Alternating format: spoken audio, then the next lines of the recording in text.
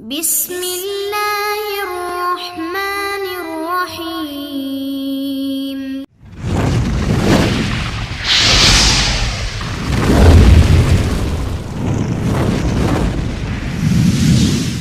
شہداء نے اللہ کی بارگاہ میں عرض کی، اے اللہ ہمیں تو بڑی اچھی زندگی مل گئی، کھانے کو مل رہا ہے، رہنے کے لیے بھی جنت ہمارے لیے وقف کر دی گئی۔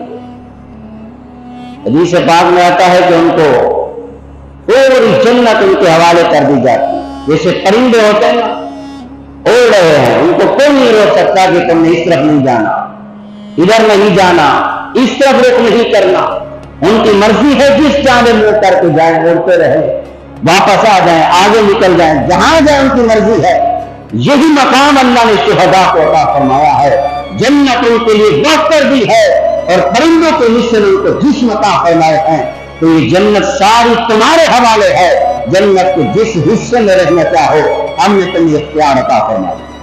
اتنا بڑا اعزاز کیسے ملا؟ ایک شہید کی بات ہو رہی ہے، ایک شہید اسلام کی بات ہو رہی ہے جس نے اسلام کی سربلندی کی خاطر اپنی جان قربان کر دی۔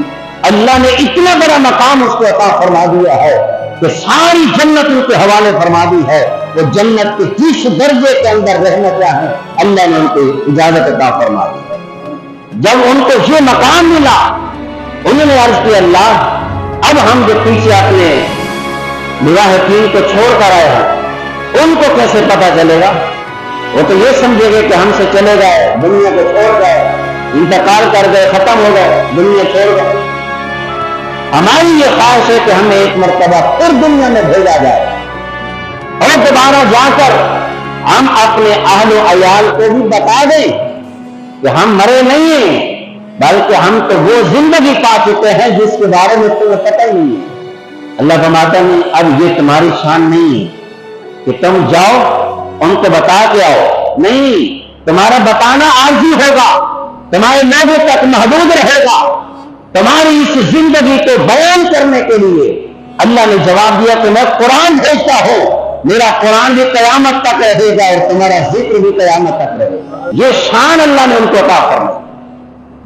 پھر انہوں نے اگلی خواہش کا اظہار کیا، یہ تو ہر شہید کی بات ہے، کہتے ہیں اللہ ہمیں ایک بار پھر زندگی دے، ثم احیا، ہمیں زندہ کیا جائے، ثم اقتل، پھر ہم شہید کیے جائیں، ثم احیا، پھر ہمیں زندہ کیا جائے، ثم اقتل، پھر شہید کیے جائیں، پھر زندہ کیا جائے ہمیں، اور پھر ہم شہید کیے جائیں۔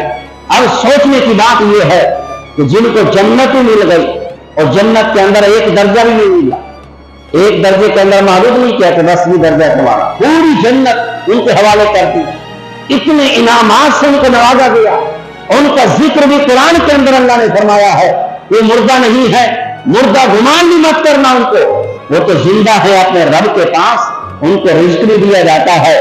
اور آگے قرآن کہہ رہے فارحین بما آتاہم اللہ من فضلہ، جو اللہ نے اپنے فضل سے ان کو عطا فرمایا اس کے ملنے پر خوش بھی ہوتے ہیں۔ فارحین کا معنی خوش ہوتے، خوش بھی ہو رہے۔ لیکن یہ بات بڑی قابل غور ہے، جنت ملنے کے باوجود، جنت کی ساری نعمتیں ملنے کے باوجود شہید کس بات کا اظہار کر رہا ہے، اصرار کر رہا ہے اس کے ملنے پہ؟ اے اللہ ہمیں پھر زندہ کیا، پھر زندہ کرنے کے بعد ہم رہے نہیں دنیا کے اندر، ہمیں پھر شہید کیا جائے تیری راہ کے اندر۔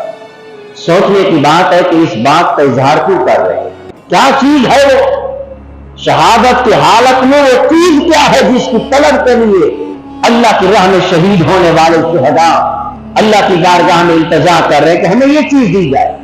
علماء کرام فرماتے ہیں کہ جنت تو مل گئی ہے ان کو، جنت کی نعمتیں مل گئی، ساری چیزیں مل گئی ان کو، ہر قسم کی نعمت میسر ہے جنت کے اندر، اور جس کا وہم و گمان آدمی دنیا کے اندر کر بھی نہیں سکتا۔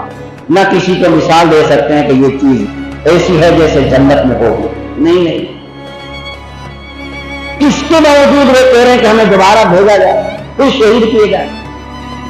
علماء فرماتے ہیں اس کی وجہ یہ ہے کہ جب ایک شہید اللہ کی راہ میں اپنی جان دیتا ہے، اس کے جسم سے روح نکلتی ہے، عین اسی حالت کے اندر رب کائنات بغیر حجاب کے اپنی ذات کا دیدار کراتا ہے۔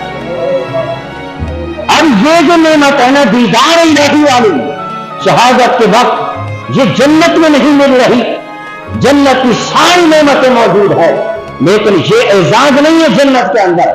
اس اعزاز کو حاصل کرنے کے لیے اور جنہوں نے ایک مرتبہ دیکھا اس دیدار الہی کے سامنے جنت کی ساری نعمتیں ان کے سامنے ہو جائیں، وہ کہتے ہیں کہ بس ایک بار پھر بھیجا جائے، پھر شہید ہو جائے۔ جب شہید ہوں گے جسم سے روح نکلے گی، رب کی ذات کا دیدار تو ہوگا۔ بس اس چیز کی طلب کے اندر وہ کہتے ہیں کہ اللہ ہمیں پھر زندہ کیا جائے، ہمیں پھر زندہ کیا جائے، پھر تیری رات کے اندر ہمیں شہید کیا جائے، بس ہمیں زندگی ملتی رہے، تیری بارگاہ میں شہید ہوتے رہے۔ بس یہ شہادت ایک بہانہ ہے، اس بہانے تیری ذات کا دیدار بھی ہمیں حاصل ہوتا ہے۔